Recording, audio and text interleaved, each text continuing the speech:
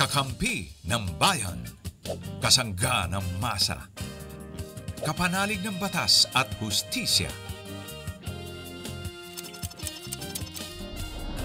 Attorney Danny Con, abogado de Campanilla. Magandang gabi sa inyong lahat. Good evening, Juan-An, Ohio. Hindi, ano ba yun sa Japan? Ay, hindi ko alam. Konbanwa, hindi konbanwa. Konbanwa. Ohio, hindi, umaga yun. Good morning. Alam ko lang, sa irashay gabi. mas Sa gabi? Ohio. Is it Ohio gozaimasu? Ang alam ko lang, irishaymasu. Pag ginabati ako, pumabasa ko sa Japanese restaurant. Irishaymasu. Pues, ni hao ma tayo, at saka Ohio gozaimasu, at saka... Konbanwa nga, konbanwa. Konbanwa, at saka yung sa Korean. Ano yun? Anyo hasayo. Anyo hasayo. O, sige, at sa akin nga, din. tinan mo, mas alam pa Okay. natin, mas mahirap sabihin. Onyang hasayo. O, di anyo hasayo na yan tayo. Huwag na tayo magsabi ng ganyan. Bakit nga ba tayo nagsasalita ng ganyan? Dahil sabi nga natin, itong ating programa ay worldwide. Ayan. Oo nga. Worldwide, bakit? Ang dami nating mga OFWs na may mga katanungang legal. Hindi porke sila ay nasa ibang bansa, walang pakialam sa ating bansa. Akala ko kasi dahil na-addict ka na sa mga Korean. Aside from that, sige. sila Hyun Bin. Yun Yung naman. Pero hindi ako masyadong addict nanonood lang ako, but I love them. But you know, sometimes you don't have time to watch. Ako, madami akong kakilala na talagang nababaliw pag sa mga meet and greet. Talaga? Talaga pumupunta? Oo. Sige. Mga kaedad ko, ha? Ano ba? Talaga. Talaga fans. Daming pera. Fans. Mahal yun, ha? Oo. Di ba mahal-mahal nun? Kung doon sila masaya. Sige. At hindi naman nakawang kanilang Ay, nako, truth. Oo, truths naman tayo dyan. So anyway, kung kayo po'y may mga katanungang legal para sa ating abogado de Campanilla, Attorney PG. Okay, galang. Yes, thank you. Oo, tuntua ako sa PG, ang galang. Oo nga, parang tinadhana na maging abogado. Totoo, di ba? Ang galang mo kasi, di ba? Oo, di ba? Ako po yung Mare ng Bayan at kasama natin, Attorney PG. Ano nga ba? Bakit? So, pag kayo gusto niyo magtanong sa amin, ito nga, you can use the following numbers. Okay. No? It's 0954-310-0331. At sa mga smart user, 0961-77-08807. Gagalangin ko po ang inyong mga katanungan. Ayan. Memorize mo na ba yung numbers? Di pa? Hindi pa rin! Kala ko memorize mo na eh. Siguro magpapaparty ako pag na-memorize na talaga. Nga. Oy, tandaan niyo, papaparty daw si attorney. Sige. Anyway, tawag na po kayo or mag-text kayo sa amin para kung gusto niyo makausap or kung may mga katanungan kayo, of course, libre ito. At take the chance. At hindi lamang po sa mga may mga kaso. Kung ano lang, kung meron ka lang. Dagdag kaalaman. Oo nga. If you Diba? just want, paano kaya kung ganito? Although, syempre, mas maganda ko talagang merong, kasi mas tama mo kung totoong problema. Diba? Totoo naman yun. Pero alam mo, ang dami kong natutunan mula sa iba't ibang klaseng abogadong nakakasama ko. Promise, sobrang dami. Na parang naiisip ko na yung mga mula noon hanggang ngayon na mga natutunan ko, parang nakapag-aral na akong 10 taon na lo. Actually, alam mo, ang tingin ko nga sa pagiging abogado, it's not really yung mga batas. It's a way of thinking eh. Diba? Na parang, yun na natutunan ko, paano mag-isip kung paano ba solusyonan to. Ganyan. Oh, nice. Kasi nag-iiba naman yung mga batas eh, eventually. Totoo. Pero as being a reporter and sometimes being on camera, ang daming pwedeng matutunan at minsan, dun sa pag-iimbestiga na, sa reporter lalo na nung dating reporter tayo, no? Yung lahat ng anggulo kailangan makita mo eh. Di ba? Tapos, magsasaliksik ka pa. May research ka pa. Oo, totoo. Kaya mas malalim, di ba? Mas alam mo. Actually nga, madalas sa mga reporter, daming alam ha, natutuwa ako. Marami. Nakakatuwa yung mga researchers, nakakatuwa yung mga nasa reporting stage pa lang pero malalim na kaagad. Yun yung kinukuha lagi ng mga abogado sa ibigay mo sa research mo. Actually, alam mo, habang staff work yes, is true. Very important. Even for lawyers, di ba, yung mga, ako, medyo may edad na akong abogado, so yung mga associates ko, heavily reliant ako na kailangan, lalo na kung mas bata, dapat mas alam nila dahil mas bago ang batas na inaral nila kaysa sa akin. Tama. Diba? Although it doesn't excuse any lawyer not to study. True. Kayo, continuous ang inyong pag-aaral. MCLE, every 3 years. Hindi kami, bilib ako sa inyo. Mga practitioners kami, ako, lalo na ako, practitioner, when I sign pleadings, hindi na pwede akong pumirma kung hindi ako compliant sa MCLE. So, nakakailang cycles na ba kami? Speaking of MCLE, kung kayo po'y kukuha ng abogado, take note, natingnan ninyo sa Supreme Court yung kanyang lisensya kung updated o hindi. Yes, totoo yan. As ang MCLE sa mga is mandatory continuing legal education. Every 3 years, all lawyers must have 36 units of specific subjects na tinatalaga ng Supreme Court para lang updated kami. Kasi nga nag-iiba ang batas. Correct. Ngayon, anong use ng MCLE number na yon na merong cycle? Kung hindi updated yan at pumirma yung abogado mo at hindi siya updated sa MCLE, nako yung pleading mo ay considered scrap of paper. Ouch! Ang sakit. Matatapon Okay, yun. matatapon. Matatapon Oo. yun. So, tingnan nyo ho. At saka minsan, sinasabi lang sila yung abogado ay mali. Minsan, hindi naman pala talaga sila abogado. I-check nyo yung sa roll of attorneys. Yes. Actually, may app Saan na- nag-check? Actually, may app na ngayon ng IBP, ha? Maganda. May So, app, for example, makikita ko, attorney, PG Galang, tas yung number mo, ganyan. Oo, makikita mo. Makikita Hindi mo. telephone number mo. Hindi. Yung number lang? Number lang. Ano yun? Number ng... Ng aking roll of attorneys, 42232. May Memorize na memorize ko. ganun. Oo. Parang So, doktor I am- din, ano? Ganun sila, may mga 4223. number. So, I am the 42nd thousand. May ganun. Okay. 4,000, whatever. Sige. Yun yung number ko, 42232. Well, anyway, ngayon, ang maganda, libre ang pagtatanong. Kaya tanong na po kung kayo po'y may mga katanungang legal. Eto na si Miko, 31 years old ng Calapan City. Attorney, gusto pong patayuan ng pinsan ko ang lupa ng daddy ko. Alam naman po niya, amin yon, kaya nagpaalam siya. Ang problema, wala pong titulo ang lupa at hindi rin na mahanap ang tax declaration sa munisipyo. Ano po ba ang dapat namin gawin para maayos muna ito bago siya magpatayo? Tama naman. Tama naman. Oo. Very good Oo, itong tama ano na to. naman. Dahil bago nyo nga niya payagan ng pinsan mo magpatayo dyan, Diyos ko, i-cement your ownership first. Correct. Dahil magkakaproblema kayo in the future. 'Di ba? So ano nga dapat? Wala kayong titulo at hindi rin mahanap ang tax deck. Actually ngayon, ang titulo ng mga lupa, nag-ano na ngayon 'di ba? Unlike before, 'di ba? Parang Diyos ko, end of the world kung mawala mong iyong Titulo. Titulo, Ang, 'di ba? ang hirap kayang Ang hanapin nun. Ang good naman ngayon is because of the computerization of our records.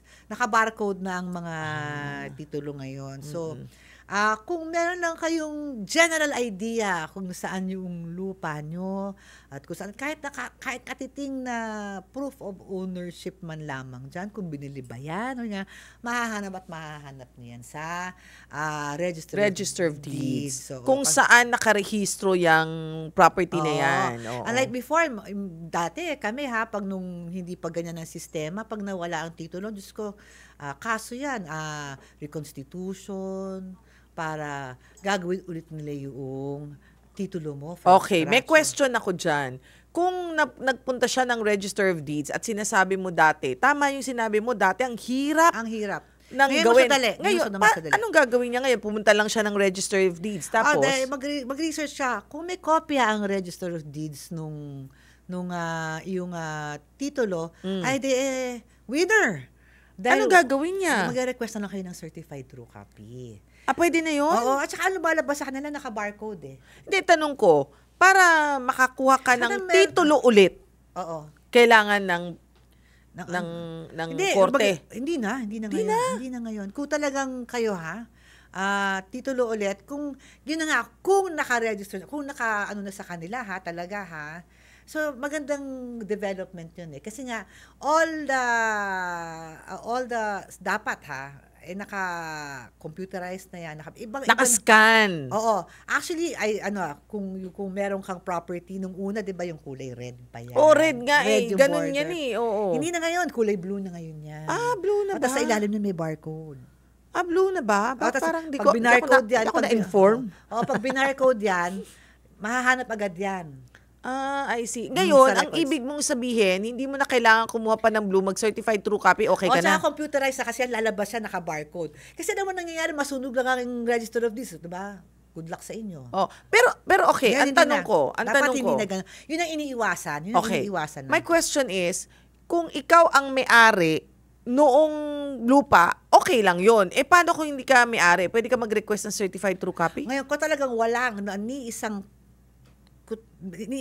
wala kang pruebang pag-aari, then you have to prove ownership. That's a court case already. And that's the only time reconstitution will happen. Meaning, gagawin ulit yung titulo mo.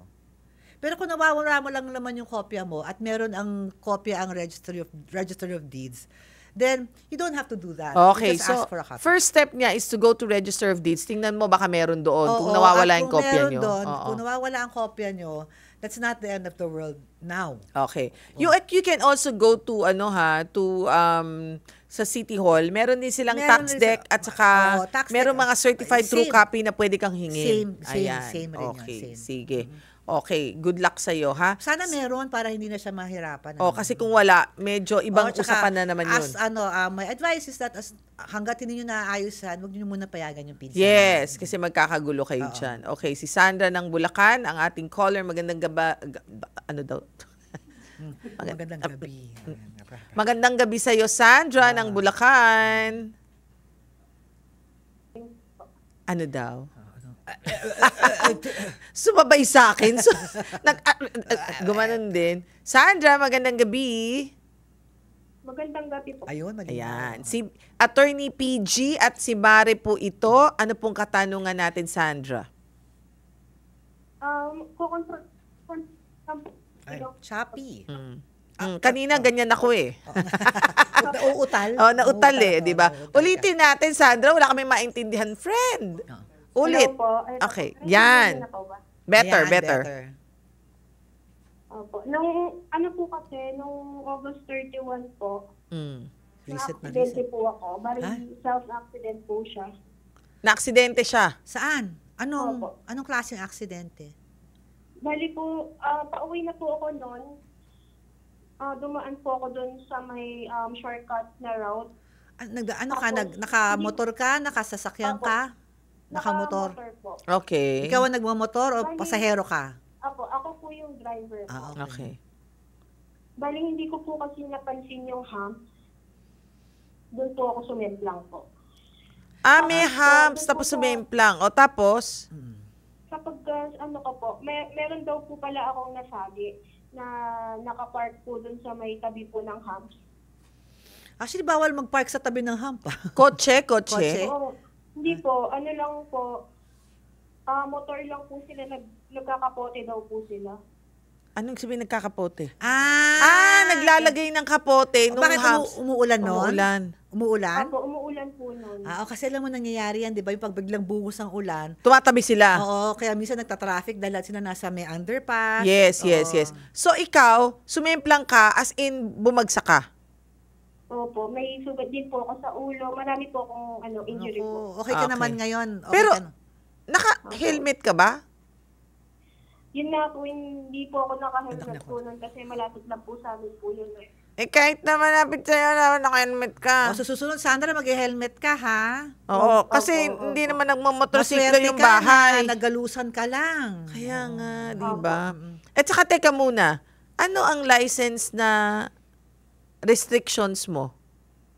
May lisensya ka naman. Ano naman po? Okay naman. May non-pro license naman po. No.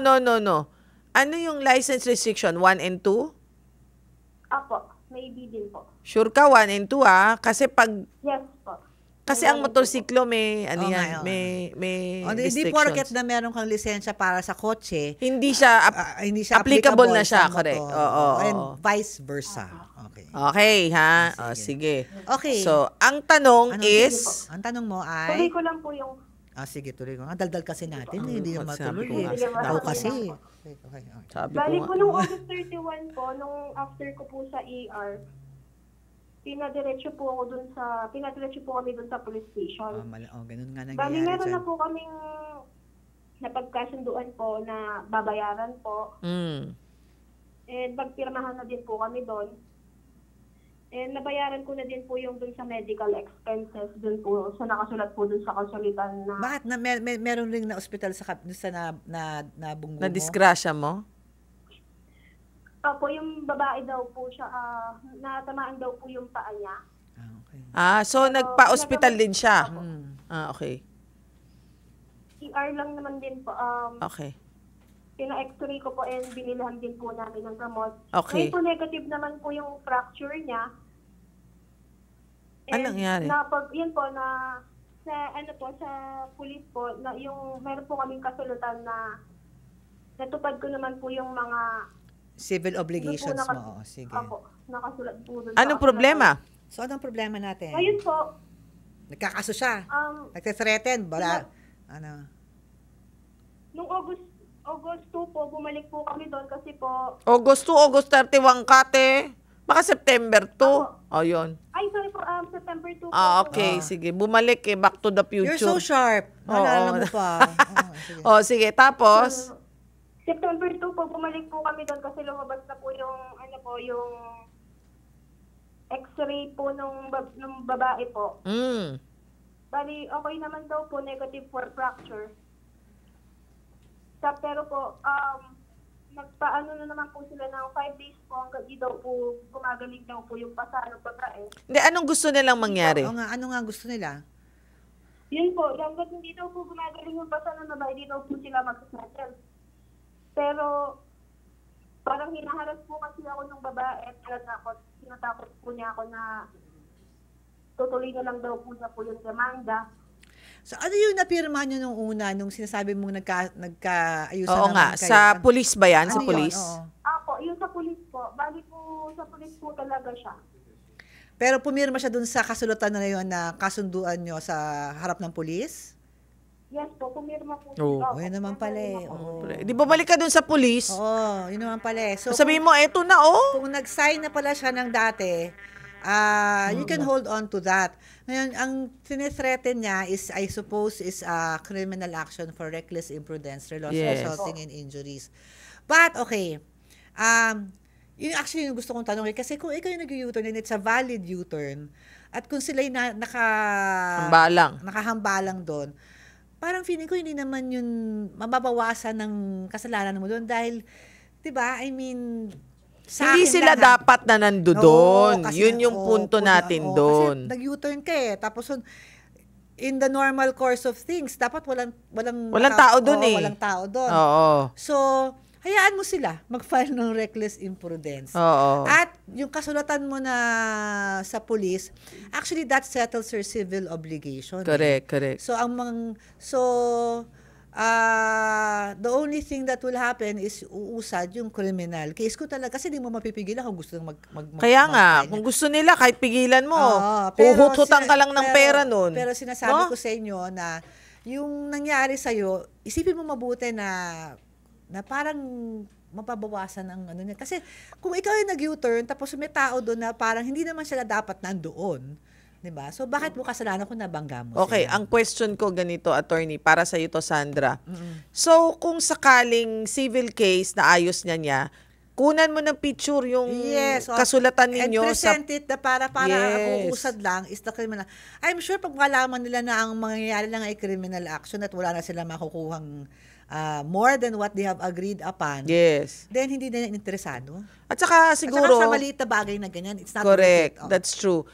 Ang tanong ko naman, sa reckless imprudence resulting to In physical injury. physical injury, yung reckless imprudence, it's a criminal case, we understand. Yes, oo. But, didinggin pa rin yan ng korte.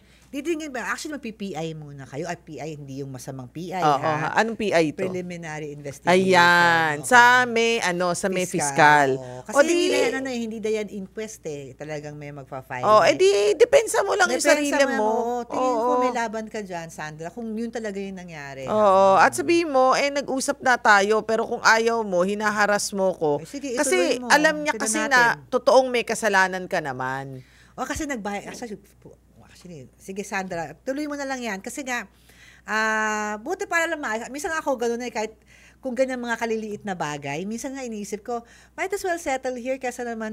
Totoo din yan. Pero, ang sinasabi natin kasi nga, number one, sinasabi doon, ikaw ang nakasakit, wala kang helmet. I think ang hinihintay sa atin ni Sandra is kung kailangan pa ba niyang magbayad ng more than what they have Sa agreed tingin upon? mo, Sa tingin ikaw, ko, attorney? Hindi na. Oo. Kung meron ng kasunduan, they have to prove fault na talaga on your part. Kasi nagkasundo na kayo na babayaran nyo, nagiintay siya, ano bang gusto nyo? Sa harap ng pulis, pwedeng sabihin, hihingi pa kayo sa akin ulit? Oo, Yun ba ang gusto ninyo? oo, Yun dito, sa harap kayo ng pulis mag-usap para lagi kayong merong At lalo na prueba meron na at kayong testimonya. naunang kasunduan na Yes. sa harap ng pulis. So, I'm sure mangyayari din magagalit yung pulis. Na bakit ka Bakit ka naman? Sumusobra ka na ata. Siya nang magsasabi, mapapagalitan di yan. ba? Sorry to cut po.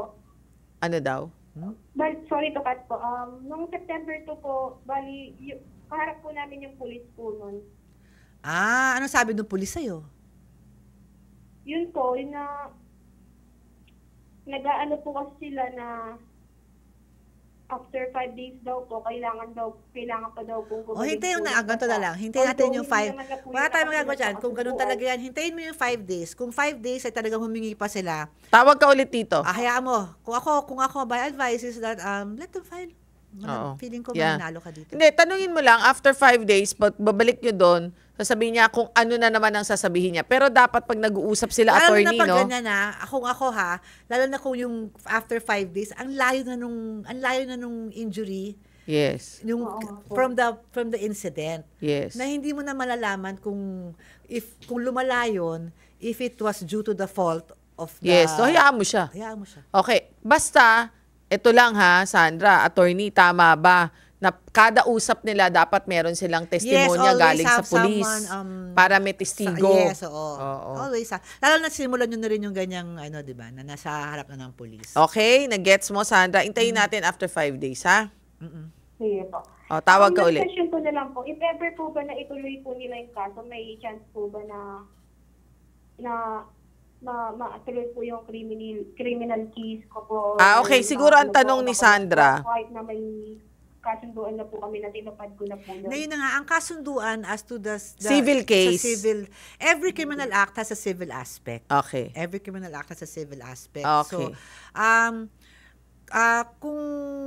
So, kahit na magka-settle kayo sa civil aspect, the criminal case can go on. Question. Ang tanong siguro ni Sandra, baka makulong siya, natatakot siya. Siguro, diretsuhin na natin. Natatakot siya, baka mamaya, nag-criminal case, makulong siya. All criminal cases have penalties for Okay. incarceration, but in this case, ang reckless imprudence for maliit lang yan. Napakaliit lang ng, kumbaga maikse. So, and I don't really think na, Sandra, na this will Progress. And And kung if practical lang ever, tayo, if ever lang, ito lang If ito, ever if it ever does. lang, it happens. Meron namang probationary yes, probation. Kasi ang probation, okay, sa mga nanonood, ang probation is, if it's your first offense and you're not a Yes. recidivist, and the penalty is less than 6 years. Yes, which is, I think, This is Kasya very yan, much, maliit lang. So, this is less than 6 years. Then, you can apply for probation. But this is, if you're convicted, so let's just do this. If you're convicted, then it's, ganun nga, di ba? First offense, you're not a recidivist, and less than 6 years, which is in this case, then you apply for probation. Probation, hindi mo isa-serve yung sentence. So, hindi ka, Kumbaga, pass. chill ka lang muna, chill ka Chill lang. ka Ho. muna. Pero, ano pangalan niya? Si Sandra. Sandra, next time, please be At saka careful. wear helmet. And wear helmet. Kasi yan yung mga, lalo na yung iba minsan, alam mo yun, lumalabas Actually lang. nga, kung ako yan, magagalit ako sa traffic enforcer. Bakit nila pinabayaan na merong nagkukumpol talaga sila dun Totoo Although din. hindi mo naman talaga masisisi dahil biglang bubuhos ang ulan, saan naman sila pupunta. Diba? Sana man lamang kung merong ganun, sana may ilaw, baka feeling ko madilim. Hindi Ayan, Sandra, malaking lesson na yan para sa iyo, ha. Next time, thank you. wear helmet. And Be also, more careful. pag hindi mo nakikita, dahan-dahan ka. I'm sure umuulan yan. Baka nagmamadali ka rin Magmamadali talaga sila dahil nababasa sila kaya tuloy tumambalelong ka, di ba? Di ang tsakit. Oo, actually, be grateful na yun lang Yun lang ang nangyari. sa'yo. Okay, next time, be careful and just follow the law. Ha, Sandra? Wait for another 5 days. Thank you. Alam mo, Attorney PG, magandang pag-usapan natin yung probation. Oo nga, kung ano yun. One of these days, pag-usapan natin oo. yan. Those are for, yun nga, those three requirements, and you can apply for probation. Maganda yan eh. Kasi parang, sa totoo lang, di ba, pag ikaw ay hindi kriminal, tapos pag ikaw ay nakulong, paglabas mo, kriminal ka na eh. Oh, totoo naman yun. Natututo ka eh. Oo nga, totoo Diba? naman yun. Natututo ka eh, di ba? Kaya talagang, well, ang sa akin talaga, ayaw nating magkasala sa batas, Oo, 'di ba? pero Yun. but you are given another chance to rectify your Yes, mistake. oo. Kasi nga, lalo na kung first time mo naman yan, tapos maliit lang naman yung, kung below 6 years kasi ibig sabihin, Ang ibig sabihin, Happy New Year daw, may New nalaglag. Year. Oo, Happy New Year. If it's below 6 years, it means that the crime is not so grave. Yes. It's a light crime. Yan, oo. Anyway, so sabi nga natin, speaking of, abay, dapat pala nagbibilang na tayo eh. Ilang araw na lang. Burna! Lumabas na si Mariah Carey. Ito si Zemerjan. Naglanding na siya. Naglanding na. Nagpaparachute pa lang ngayon. Nandito na yan. Oo. Alam mo, sa totoo lang, siguro isang kisap mata. Yan. Pasko na. Oo nga. Di ba sabi nga nila, isa parang nakakalimutan na rin natin si Ariel Rivera. Meron siya. Nagselos? Oo, dahil meron siyang sikat. Meron din siya. Meron siya. Oh, Pero sige. talaga, well, syempre, Jose Marichan is the, And the Mariah the Curry. the GOAT. Yes. Okay, maraming salamat pong muli sa inyong pagsama sa amin ngayong gabi. I'd like to say hi to my Papa Jimmy and Trining, and of course Marshall Angelico Castro, magandang gabi. And of course sa lahat ng mga nanonood sa atin na nakikisaya at natututo sa atin at nabibigyan din ng pagkakataon na makapagtanong dito sa atin, sana po ay naibigan ninyo ang aming programa ngayong gabing ito. Ako po inyong Mare ng Bayan, Mare Yao. At ako na yung abogada de Campanilla, si Attorney PG. Hanggang sa muli po. Bye! God bless you all! Kakanta na ba tayo ng Merry Christmas?